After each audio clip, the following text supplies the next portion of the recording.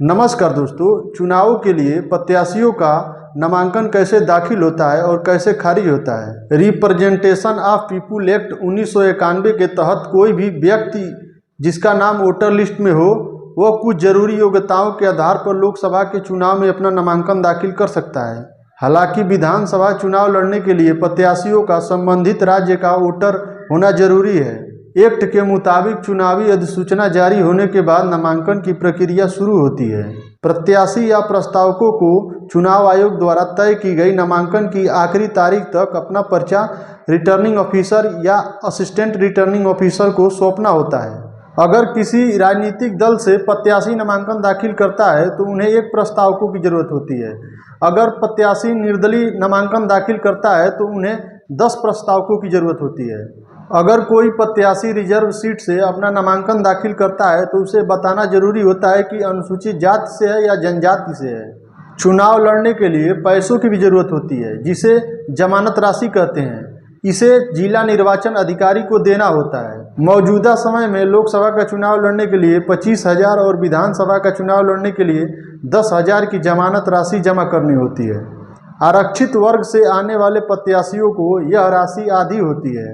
अगर किसी प्रत्याशी को कुल वैध मतों से छठे भाग से भी कम वोट मिलते हैं तो यह जमानत राशि वापस नहीं होती है। इसे चुनावी भाषा में जमानत जब्त होना कहते हैं। इसके साथ उम्मीदवारों को यह बताना जरूरी होता है कि किस पार्टी के चुनाव चिन्ह से वह चुनाव लड़ रहे हैं। निर्दलीय उम्मीदवार चुनाव आयोग की ओर से जारी अधिसूचना में कुछ फ्री सिंबलों में से एक को चुन सकते हैं। चुनावी हलफनामों में उम्मीदवार को आय, खर्चा, पैन, आधार जैसे पूरा ब्यौरा देना होता है। साथ ही अपने पति, पत्नी, आश्रित बच्चों के वृत्ति देनदारी के बारे में भी बताना पड़ता है। उम्मीदवारों के पास कितने हथियार हैं और कितने जेवर हैं और कितनी शैक्षणिक योग्यता है, इसकी भी जानकारी देनी पड़ती है। अगर किसी उम्मीदवार पर किसी तरह का आपराधिक मुकदमा दर्ज है तो इसे भी चुनावी हलफनामा में बताना होता है। हालांकि अगर किसी शख्स को आपराधिक मामले में दोषी ठहराया गया हो या कम से कम 2 साल की सजा हुई हो तो वह व्यक्ति चुनाव नहीं लड़ सकता।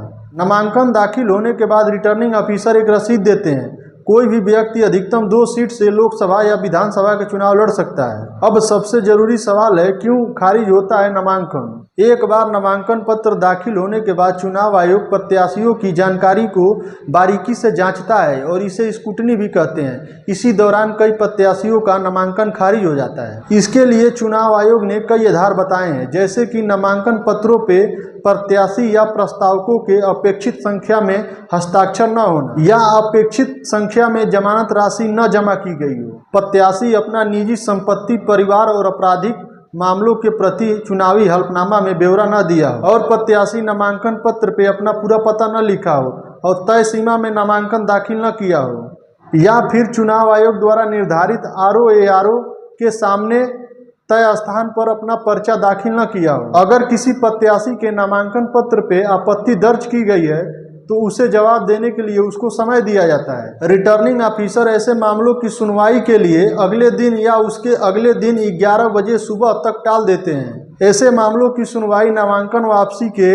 तय तारीख के दिन तक दोपहर 3 बजे तक पूरी करनी होती है। नामांकन स्वीकार हो जाने के बाद ही प्रत्याशी अपना नामांकन वापस ले सकता है। इसके लिए अधिसूचना में तय समय होता है। नामांकन वापसी के आखिरी तारीख भी जाने के बाद इसके पीछे हटने का कोई प्रावधान नहीं है।